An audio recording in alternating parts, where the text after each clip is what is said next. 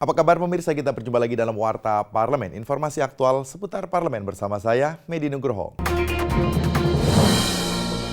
Ketua Badan Kerjasama Antar Parlemen DPR RI Nur Hayati Ali Assegaf terpilih menjadi Presiden International Humanitarian Law yang merupakan salah satu komite di dalam Inter-Parliamentary Union yang diselenggarakan di Jenewa, Swiss. Sidang Organisasi Parlemen Dunia atau Inter-Parliamentary Union yang diselenggarakan di Jenewa, Swiss baru-baru ini menetapkan Ketua Badan Kerjasama Antar Parlemen DPR RI Nur Hayati Assegaf menjadi Presiden Inter-Humanitarian Law. Komite ini bertugas untuk memajukan hukum humaniter dan akses kepada masyarakat yang negaranya mengalami bencana alam dan konflik seperti pengungsi korban perang dan bencana alam. Nur Hayati menjelaskan, International Humanitarian Law merupakan komite yang sangat strategis untuk memperjuangkan perdamaian dan kemanusiaan dunia. Kedepannya baik dirinya maupun bangsa Indonesia dapat berkontribusi di bidang ini yang nantinya akan bekerja sama dengan UNHCR. Syukur alhamdulillah sekali lagi dan terima kasih kepada rakyat Indonesia ya, karena ini adalah nama Indonesia tentunya yang saya emban ini, dan di situ saya kan sebagai wakil dari representasi dari Asia Pacific Group. Jadi prosesnya itu lama ya. Pertama kita harus dipilih di Asia Pacific Group, kemudian menjadi anggota di komite tersebut, kemudian dipilih lagi sebagai dilakukan pemilihan sebagai presiden, dan mudah-mudahan amanah ini bisa membawa kebaikan tentunya untuk masyarakat Indonesia yang kita cintai ini. Nur Hayati menambahkan, dalam kurun waktu 2 tahun ke depan, dirinya akan bekerja maksimal untuk mengharumkan nama bangsa Indonesia sesuai amanat Undang-Undang Dasar 45, yang salah satunya menciptakan perdamaian dunia. Salah satu fokus utama dalam misinya adalah menyelesaikan permasalahan pengungsi asal Palestina dan Suriah yang kondisinya sangat memprihatinkan. Pihaknya akan segera mengundang perwakilan PBB terkait urusan pengungsi, serta organisasi kemanusiaan lain yang terkait untuk menyelesaikan permasalahan tersebut, dan akan meminta kepada seluruh anggota IPU dapat memberikan bantuan untuk para pengungsi. Dan Palestina yang sangat memprihatinkan dan kondisinya memang sangat menyedihkan. Makanya kami akan meminta memantau seluruh anggota parlemen di IPU ini untuk segera memberikan bantuan berupa apapun ya kepada pengungsi Palestina dan Suriah ini. Dari Jenewa, Swiss, Rohim Nugraha, TVR Parlemen melaporkan. Terkait dengan akan diadakannya aksi demo secara besar-besaran oleh sejumlah ormas Islam yang menuntut penegakan hukum terhadap kasus dugaan penistaan agama yang dilakukan oleh Gubernur DKI Jakarta Basuki Cahayapurnama, pimpinan DPR RI berharap aksi tersebut berjalan dengan damai dan tidak anarkis.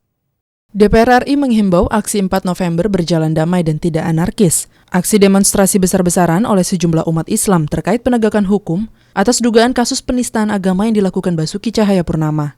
Ditemui usai menjadi narasumber di Forum Diskusi Dialektika Demokrasi di Gedung Nusantara 3 DPR RI Jakarta.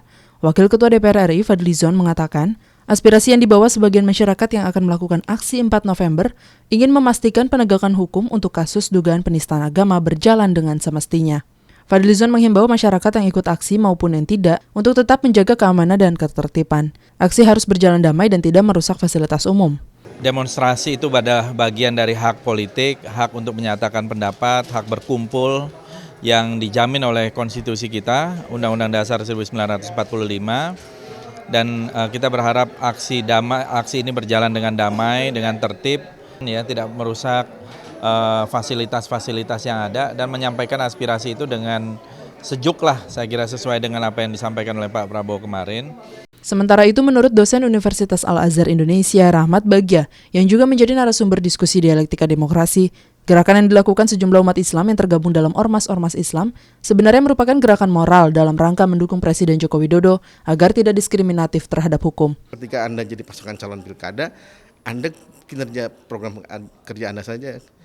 Walaupun di gerakan grassroots akan dibahas masalah agama, tentu pasti akan dibahas. Ketika Anda bersinggungan sensitif, Anda siap-siap ada kickback, backfire yang akan menyerang Anda kalau Anda tidak wise menggunakan isu ini. Hilman Hidayat dan Tri Handoko, TVR Parlemen, melaporkan. Pimpinan DPR RI menerima kunjungan kehormatan Menteri Luar Negeri Armenia Erwot Nalbandian. Badan Kerjasama Antar Parlemen DPR RI mendorong meningkatkan hubungan kerjasama antara Indonesia dan Armenia, khususnya dalam bidang iptek dan teknologi informasi. Armenia merupakan negara yang maju dalam bidang engineering dan sistem IT.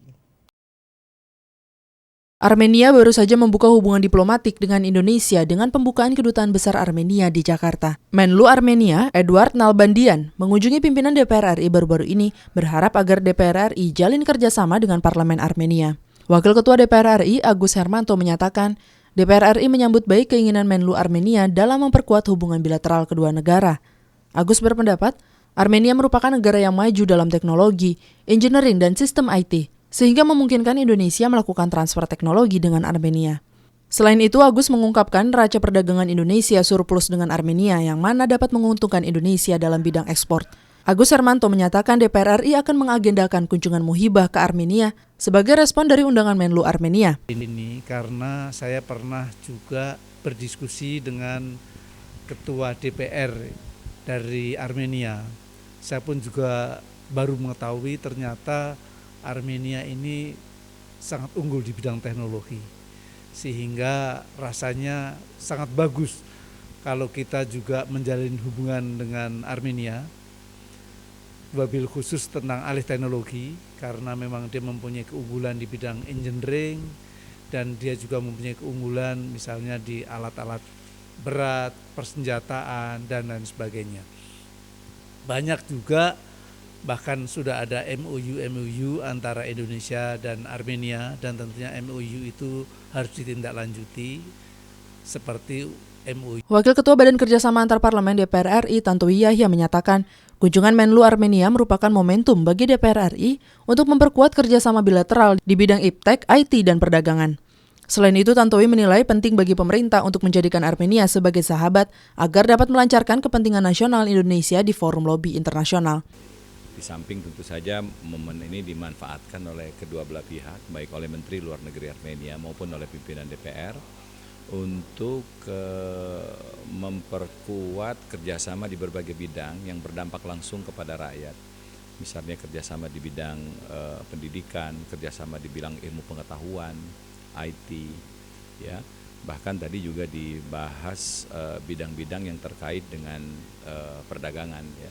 Nah, sampai saat ini memang kita mempunyai surplus perdagangan dengan Armenia. Artinya kita lebih banyak ekspor daripada impor dari mereka. Alif dan Mario, TVR Parlemen melaporkan. Demikian Warta Parlemen kali ini, sampai jumpa pada Warta Parlemen berikutnya. Terima kasih atas perhatian Anda. Wassalam.